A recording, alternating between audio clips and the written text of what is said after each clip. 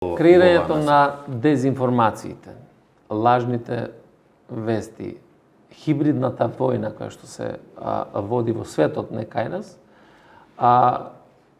предизвикува несогледливи последици по државите.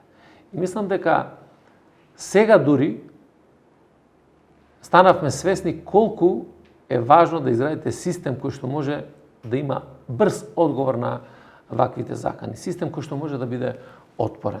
И мислам дека војната во Украина, руската агресија врз Украина, овие хибридни закани, хибридни напади ги изголеми, меѓутоа и на сите нас ни покажа дека многу повеќе треба да вложуваме во заштита на инфраструктурата, пред се во критичната инфраструктура. Зошто? Заради тоа што се покажува дека може да бидат поразорни дури и од конвенционалните војни. И во таа смисла, Министерството за внатрешни работи во континуитет работи на две полиња.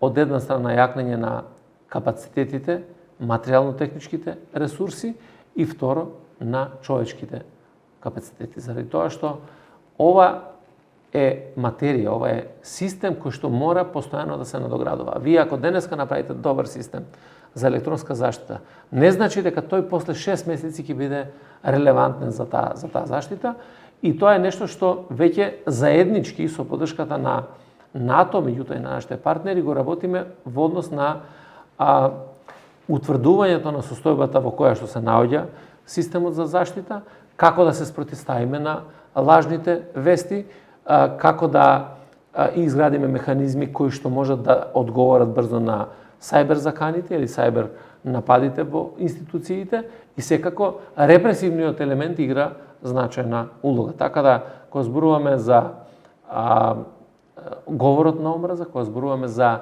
друг вид на криминал кој што е направен практично преку електронски пат, е многу важно да имате ефикасна борба против овој вид на криминал и да сторителите бидат изведени пред лицето на правдата.